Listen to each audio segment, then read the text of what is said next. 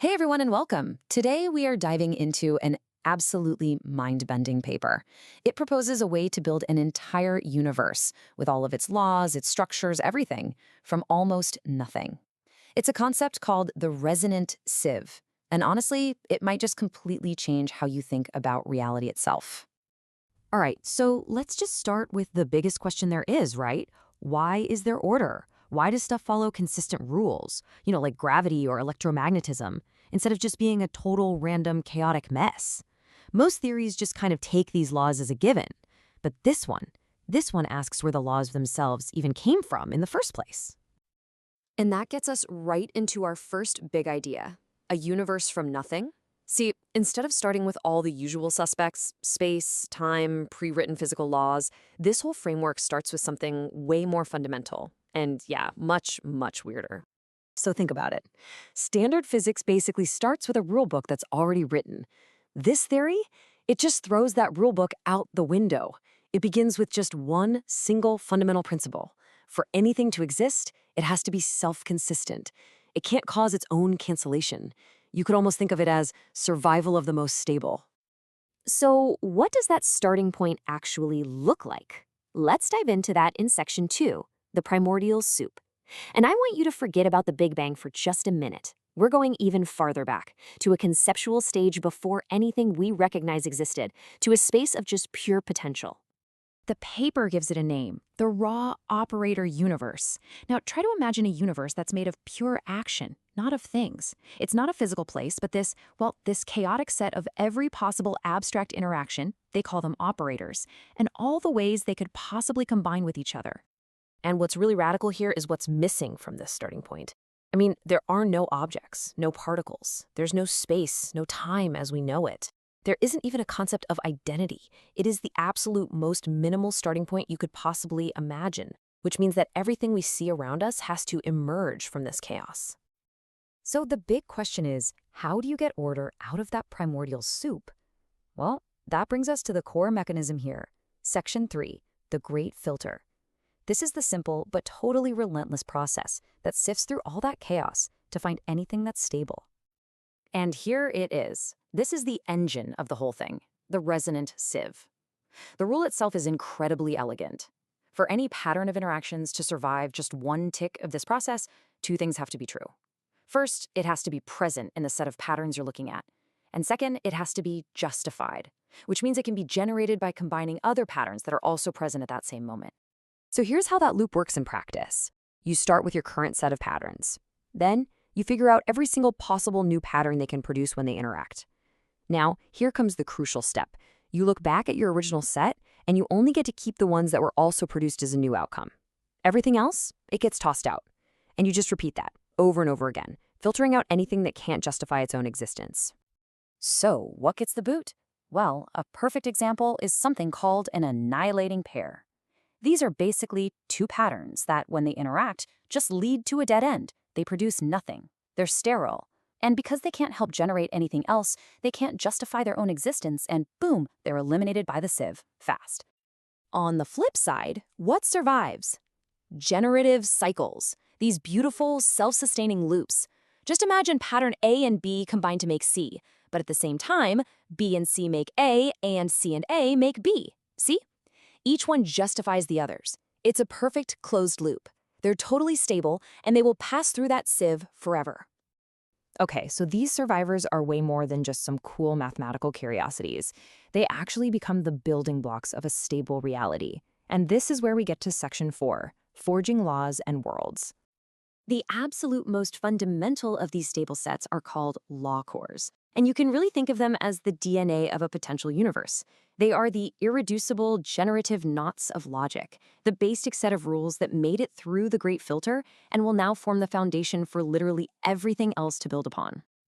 This timeline really helps you visualize the whole journey. At time 0, you've got maximum chaos, the raw operator universe. After just the first step of the sieve, the most unstable, fleeting patterns are just gone. As the process iterates, again and again, the universe of possibilities shrinks and gets more and more stable until it finally approaches what's called the limit universe, a final state where only the perfectly persistent, stable patterns are left. But there's a really crucial distinction to make here. Some patterns are truly persistent, meaning they are part of that final limit universe and will last forever.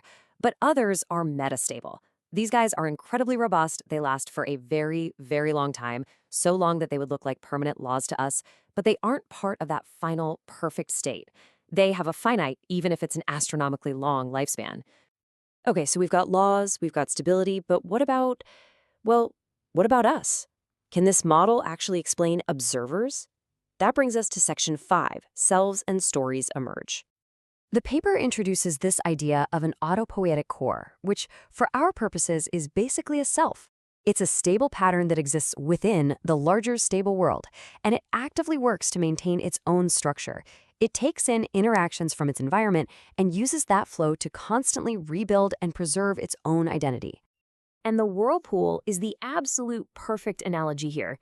It has a stable identity, right? A recognizable form, and yet it's not made of any specific bit of water. It's a pattern that persists precisely because of the constant flow of its environment, the river passing through it. A self in this model is the exact same kind of dynamic, stable pattern. All right, now for the climax. This entire wild, abstract journey from primordial chaos all the way to stable selves actually leads to a powerful and, more importantly, a testable prediction about our very own universe. This is section 6, a crack in creation. So this whole idea gives us a radical alternative to the traditional view. We tend to think of universal constants, the speed of light, the strength of gravity, as being perfect, timeless, unchanging things. But the Resonant Sieve suggests they might just be incredibly stable, long-lived attractors that emerged from the chaos. And if that's true, what if they aren't perfectly constant? What if they could actually drift? And that leads to the paper's core prediction. It says, and I'm quoting here, that if our physical laws are just survivors of this sieve, then fundamental constants, like the fine structure constant, shouldn't be perfectly constant. Under extreme conditions that mimic that primordial chaos, like in the very early universe, we should be able to see them show a tiny but systematic drift. And this is what makes it so exciting. It means the entire theory is falsifiable. It makes a concrete, measurable prediction. Astronomers can literally look at light from the early universe and check if the fine structure constant was slightly different back then.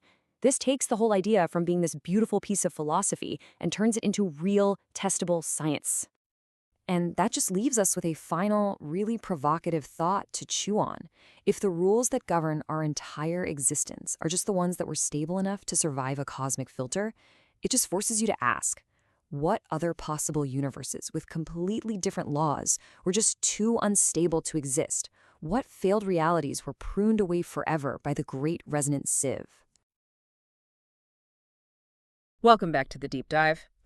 Most physical theories, they try to tell us what the universe is made of. We talk about particles, fields, forces. All the nouns. Exactly, all the nouns. But today, we're diving into a source that asks a much, much stranger question, a deeper one. Why does the universe hold together at all? Why are the laws we see so stable? Why are we even here as observers to notice them? And, why do consistent histories or stories even exist in the first place? It's a question that physics usually just takes for granted. It's an axiom. Right. And the source you provided, the Resonant Sieve Law, Self, and Story from Recursive Non-Cancellation, it proposes a totally new kind of answer. Yeah. And it's radical because it's it's empty of all those traditional concepts. It really is. So our mission today is to track this logic. We're going to start from its most minimal, bare-bones starting point, pure, unconstrained chaos, and see how everything we recognize, from the speed of light to, your own sense of self, emerges. And it emerges just from a process of iterative self-pruning. And I think what stands out immediately is that this isn't trying to be a new model of physics, not like string theory or something. It's a framework about the possibility of physics itself. Okay, so a level deeper. A level deeper. Yeah. We usually start with space-time or quantum fields as a given. This framework tackles the instability problem. If you have infinite ways for things to interact, why don't they just cancel each other out instantly? So it's not trying to explain how gravity works, like general relativity. Right. It's trying to explain why the rules for gravity or for anything else don't just change every single microsecond. Exactly. It's a proposal for the origin of persistence. It's arguing that stability isn't imposed from the outside. It's not some cosmic fine-tuning. It's an emergent, self-justifying mathematical necessity that just happens when you force a system to continually validate its own existence. It's an engine that generates coherence from noise. Okay, let's unpack the starting point then. The paper calls it the raw operator universe. We're starting with essentially nothing. No objects, no geometry, no time, no space. If you take away all those nouns, what's left? Only verbs, relational verbs, Hmm, just the potential for action and interaction. that's a great way to put it. The universe at this stage is just a non-empty set of abstract operators. Let's just call it potential actions. And you have a kind of rule book for how they combine. The authors call it the composition relation. A rule book. Yeah. If action A happens, then action B, the possible result, C, is listed in this massive primordial catalog. Okay, but if we don't have objects and we don't have time, how does this stop from just being a platonic idea, a list of possibilities that never actually happen? That's the beauty of it being raw.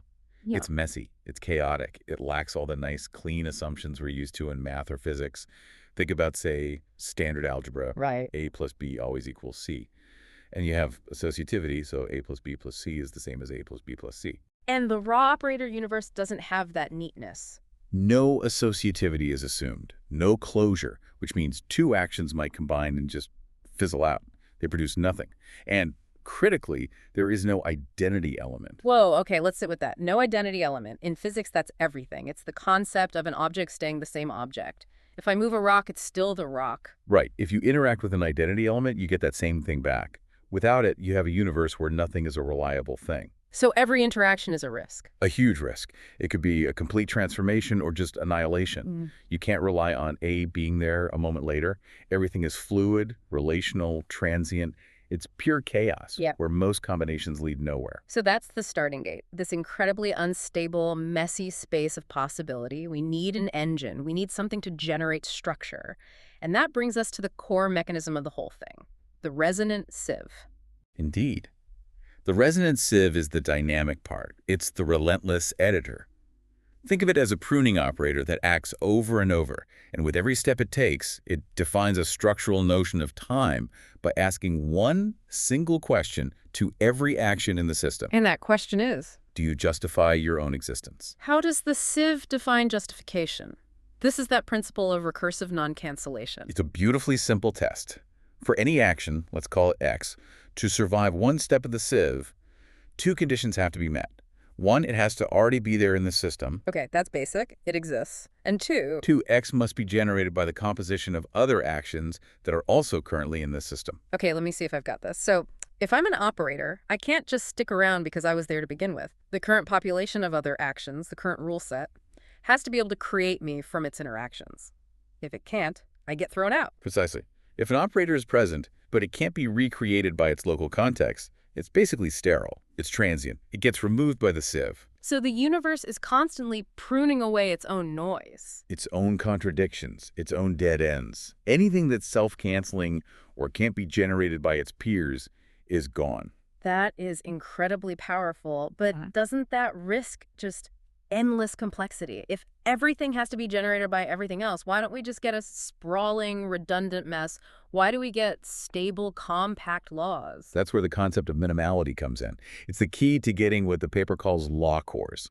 When the sieving process runs, conceptually to infinity, what's left are these fixed point sets, stable worlds. Where everything inside generates everything else inside. Right. But a law core is the smallest possible version of one of those stable worlds. The most efficient version. Correct. It's defined as a minimal stable subset, an irreducible generative knot. You can't remove even one operator from that set, because if you did, the whole thing would become non-generative and just collapse in the next step. They're the fundamental, self-justifying building blocks. Exactly. So the stability we see in nature, the consistent forces and constants, they aren't stable because they were designed or chosen. They're stable because they are the minimal self-sustaining loops that survived trillions of rounds of self-cancellation. It completely removes the need for fine-tuning. It does. The framework guarantees that if the initial chaotic universe had even one tiny generative cycle, one little loop of actions that managed to recreate itself, then an infinite, stable limit universe must eventually emerge. So structure is just the inevitable product of this recursive process. Given chaos, stability is a guarantee, not a miracle. That is the central mind-bending insight here. It suggests our laws aren't just descriptions of nature. They're the most successful, compact narratives that the system could tell about itself without falling apart. Okay, so if we now have stable laws, these law cores, the next logical question is, who's around to see them? How do observers, like us, pop up in this structure? This moves us from laws to selves and stories. Right. So now we look inside one of these stable worlds for structures that can maintain a distinct identity while, constantly interacting with their environment. The paper calls these autopoietic cores, selves. Autopoietic. Yeah. Self-making. Okay. What are the structural conditions that let a cluster of operators become a self? It needs two conditions that separate it from a static law core. The first is internal closure. The self has to be able to generate at least some of its own structure. It needs to repair itself, replicate, sustain itself from within. But if I'm a self, just generating myself, how do I avoid becoming sort of a sterile, self-referential bubble, completely cut off from the rest of the universe? And that's the second condition, the boundary condition, which is just brilliant. It says if an action X inside the self interacts with an action Y from the outside environment, the outcome, Zia, must map back into the self. So the self is a kind of structural firewall. It filters the environmental noise, it takes in chaos and produces order for itself. Precisely. Think of a dialogical cell. The membrane is a boundary condition. It ensures that chaotic external interactions, thermal noise, random chemical bumps, result in structures like, say, nutrient absorption or energy transfer that sustain the cell's internal identity. It's a local attractor. It sucks in energy and uses it to maintain its own boundary. That's a perfect description. It's a purely structural, ontology-light definition of identity. And identity implies history. It implies experience. Which leads us to the idea of stories. Stories are basically the persistent biographies of these cells. If you map out all the generative composition, action A leads to action B, which can lead to C, you get this huge directed graph of possibilities. And then just taking a random walk through that graph would probably lead you to a dead end, a transient state that the sieve eventually removes? It would die out almost immediately, yes. A story, or a coherent trajectory, is a path through that graph that successfully navigates all the sieve's constraints. It's a sequence of events that maintains coherence over a long time scale. So things like cultural memory, historical records, even a computer program running. Those are all stories. They're the narratives that don't immediately contradict the underlying law cores, so they get to have a long, maybe even infinite lifetime. They're the successful, large-scale, self-justifying loops. This really is a unified framework then. Physics, identity, and narrative, all from one simple rule. But as fascinating as this philosophy is, for it to be useful, it needs to be more than just a theory. It has to be testable. It has to be testable. Which brings us to the unique, falsifiable prediction of this framework, this idea of law drift. This is where it gets really interesting. We've established that the sieving process creates these truly persistent structures, the ones in the final limit universe. But it also creates metastable structures. Right, and those are the ones that last for an extremely long time, but not forever. They're slowly, almost imperceptibly, decaying with each step of the sieve. And to us, the observers whose lives are just a blip compared to the lifetime of these structures, they would appear to be perfectly stable laws, like a mountain range looks eternal if you only watch it for one afternoon. Exactly. On a geological timescale, it's actively eroding. So the core idea here is, what if our current effective physical laws, the values of fundamental constants, for example, are determined not just by those perfectly persistent law cores, but also by some of these incredibly long-lived metastable elements? Then they can't be strictly fixed. They must exhibit a slow, systematic decay, and that translates to law drift. The paper uses the example of the fine structure constant, alpha. Why is that the perfect candidate for this kind of test? Well, because we can measure it with just incredible precision, and it's a dimensionless constant, so its value doesn't depend on what units we use, like meters or seconds. The framework predicts that the alpha we measure today is slightly off from the truly eternal asymptotic value. There's a tiny error term. A tiny error term, epsilon, that represents the residual decay of these metastable structures that help define it. It's shrinking, it's heading towards zero, but it's not zero yet, not in the finite age of our universe. And this gives us a test, a way to check where would we expect to see the biggest drift. In regimes that are closer to the primordial noise, places where the sieving process hasn't fully converged. Like the very, very early universe. Or maybe near black holes, places with extreme energy density that might mimic that pre-convergence chaos. Exactly. So if we make high-precision observations, say, looking at light from ancient quasars from billions of years ago, or deep in the cosmic microwave background, and we find a small directional drift in a constant like alpha, Then this whole structural framework gets a huge piece of empirical evidence. it would completely reframe the conversation. It moves from, are the constants fine-tuned, to, are the constants still evolving because they haven't finished justifying themselves yet? That's a staggering contrast to any theory that assumes the constants are just fixed. Platonic. The existence of law drift would be confirmation that the universe is an ongoing, self-editing process. We'd be living in a transient phase of a universe that's still converging towards its final, perfectly stable state. So let's wrap this up. We started with the raw operator universe, this space of pure relational chaos. Where nothing was a stable thing. And through one single rule, recursive non-cancellation, the resonant sieve, we derived self-sustaining structures we call laws, identity-preserving attractors we call selves, and viable histories we call stories. It really is a powerful way to see how maximal complexity can emerge from the most minimal set of assumptions. The fact that we can even do physics, that we can rely on its rules, becomes a structural result of this relentless process. And the authors suggest future work that might formalize this, thinking of the raw operator universe as a space of rewriting rules, or something like combinatory logic. That points to a really deep link between physics and information theory. It does. Because if the universe is, at its core, a system of successful, self-justifying rewriting programs, those law cores, then our whole idea of truth in physics has to shift. We aren't just observing an external, imposed reality. We might be observing the most stable, most successful internal narrative that the system could construct about itself without collapsing. So, if the stability of physics, the emergence of observers like us, and the stories we tell are all just successful, self-justifying loops selected by this cosmic sieve, what does that imply for how we view the truth or the necessity of the physical laws we observe? What stands out to you? Something to think about until our next deep dive.